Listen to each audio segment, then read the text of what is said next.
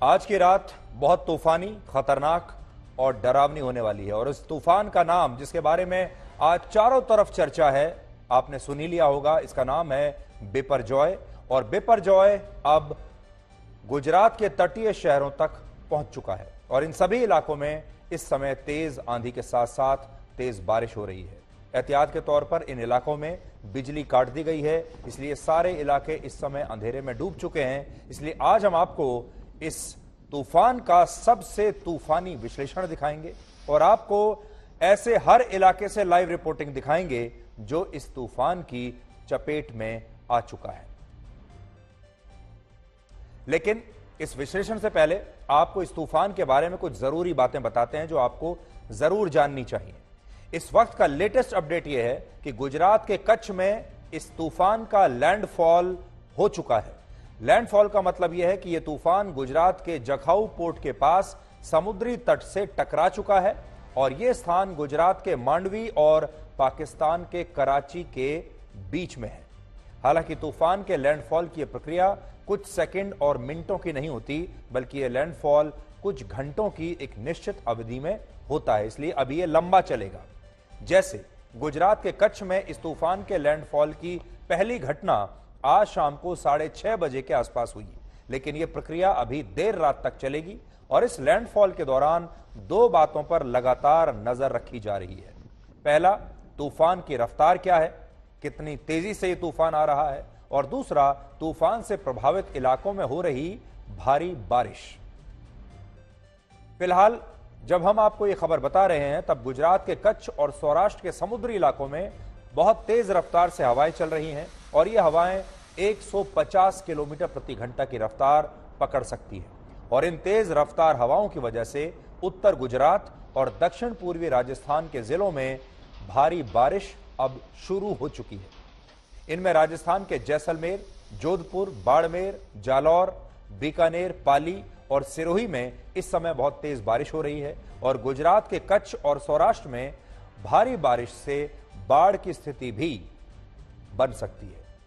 सबसे बड़ी बात यह है कि तेज हवाओं की वजह से गुजरात के प्रभावित इलाकों में बहुत सारे वृक्षों को, पेड़ों को नुकसान पहुंचा है और इस वजह से कुछ मुख्य सड़क मार्ग और हाईवेज भी बंद कर दिए गए हैं। इसके अलावा जो इमारतें कमजोर हैं या जर्जर हैं या बहुत पुरानी हैं, उन्हें खाली करा लिया गया है और ऐसी इमारतों के आसपास ही रेस्क्यू टीमों को भी तैनात किया गया है। और अब आपको हम बड़ी स्क्रीन पर इस तूफान के बारे में पूरी जानकारी देंगे। देखिए, अब यह तूफान इस बड़ी स्क्रीन पर आपको दिखाई देगा।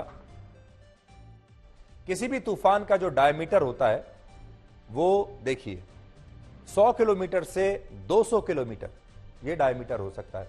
हालांकि अभी बहुत सारे लोगों को ये समझ में नहीं आ रहा होगा कि जब तूफान का लैंडफॉल आज शाम को शुरू हो गया तो इसकी प्रक्रिया अब तक पूरी क्यों नहीं हुई।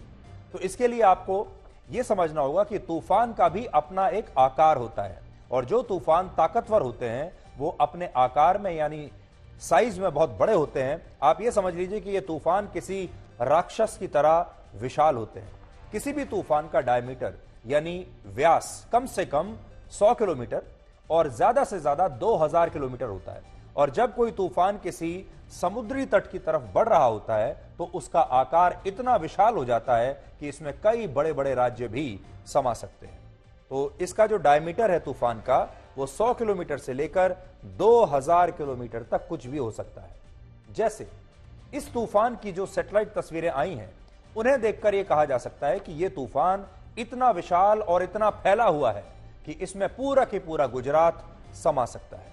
ये सैटेलाइट के जरिए तस्वीरें आई हैं इस तूफान की, जो पृथ्वी के ऊपर से तस्वीरें ली गई हैं और सैटेलाइट के जरिए जो तस्वीरें आई हैं उससे यह पता चलता है कि इस तूफान का डायमीटर 200 से 500 किलोमीटर होने की बात कही जा रही है और अमेरिका की अंतरिक्ष एजेंसी नासा का अनुमान है कि इस तूफान का आकार डायमीटर में 1000 किलोमीटर तक पहुंच सकता है। 1000 किलोमीटर का मतलब यह है कि बहुत ही बड़ा और विशाल तूफान है और इसीलिए इस तूफान ने भारत के माथे पर चिंता की लकीरें खींच दी हैं और आज बड़ा सवाल यह है कि भारत इस तूफान के लिए कितना तैयार है, भारत के लोग इस तूफान के लिए कितने तैयार हैं। वो तमाम लोग जो ऐसे क्षेत्रों में रहते हैं, ऐसे शहरों गांवों में रहते हैं जो इस तूफान के दायरे में आते हैं, उनके लिए तो चिंता की बात है ही। उनके लिए तो अब आने वाले कई हफ्ते उनकी जो पूरा जीवन है वो अस्त व्यस्त हो जाएगा। लेकिन जो लोग नहीं भी रहते हैं उनके लिए भी आज इस तूफान को लेकर चिंतित होने वाली बहुत सारी बातें हैं। इसलिए आप अपने आप को खुशकिस्मत समझिए कि आप अगर इस तूफान के दायरे में नहीं रहते हैं तो